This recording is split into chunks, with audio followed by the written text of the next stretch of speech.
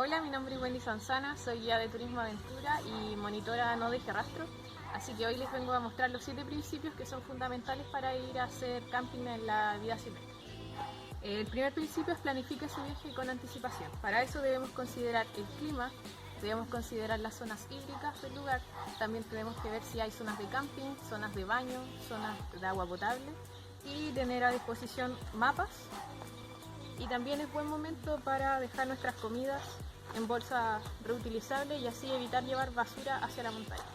El segundo principio es viaje y acampe en superficie resistente. Aquí debemos considerar los senderos que vamos a utilizar, considerando también la planificación que hemos hecho anteriormente.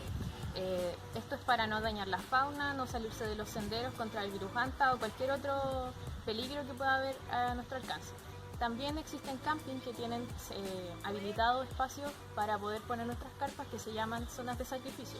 En esta zona, lo posible, no hay arbustos, no hay árboles encima, es un área amplia donde está permitido el acampe. Principio número 3. Disponga adecuadamente de los desechos. Para este principio lo que queremos tratar de lograr es que las personas cuando vayan a acampar y no encuentren lavadero o baño puedan usar el típico hoyo de gato. ¿En qué consiste el hoyo de gato? Debemos poner nuestra palma de la mano en la tierra y crear un círculo. En este círculo vamos a cavar al menos 20 centímetros de profundidad y aquí vamos a desechar lo que sean los líquidos después de lavar una olla, por ejemplo. Y el colador, ¿para qué nos sirve? Cuando vertamos el agua, esta agua va a caer sola y sin los restos de comida. El hoyo de gato nos sirve para desechar nuestros desechos biológicos.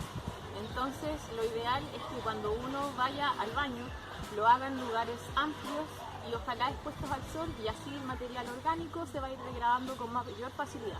Es lo que encuentre. Con este principio queremos hacer énfasis en que las personas cuando vayan a visitar un lugar no arranquen las cosas que encuentren atractivas. Estos pueden ser rocas, pueden ser flores o frutos de los árboles. ¿Para qué? Para que así se conserven y otras personas también puedan disfrutarlo. ¿Qué aconsejamos? Que puedan tomar una foto, puedan hacer un dibujo y así lo puedan apreciar cuando quieran mostrárselo a otras personas. Principio número 5. Minimice el uso de fogatas. Todos sabemos que las fogatas son el principal factor de incendio para el país, específicamente en verano. Por eso nosotros recomendamos, o yo por lo menos recomiendo, que no utilicen fogatas. Pero si en caso de que lo quieras hacer, puedes usar este saco. Al saco le colocamos tierra y a la tierra alrededor le colocamos pedra. Aquí tengo una muestra bien pequeña y vamos a ir a buscar de estas maderas pequeñas. ¿Para qué? En vez de ir a buscar unos troncos gigantes, vamos a utilizar pequeños trozos de madera para que esto se consuma en su totalidad. Y una vez que esto ya esté consumido y al otro día querramos irnos del campamento, lo tomamos y se lo lanzamos la ceniza. Número 6. Respete la vida silvestre. Para este principio debemos tener en cuenta que la vida silvestre tiene sus propias reglas. Ellos comen cuando cazan, comen de los frutos de los árboles, entonces nosotros no tenemos que intervenir esas medidas dándoles comida. Los animales así se acostumbran y al final mueren de hambre en invierno cuando las zonas turísticas no son visitadas.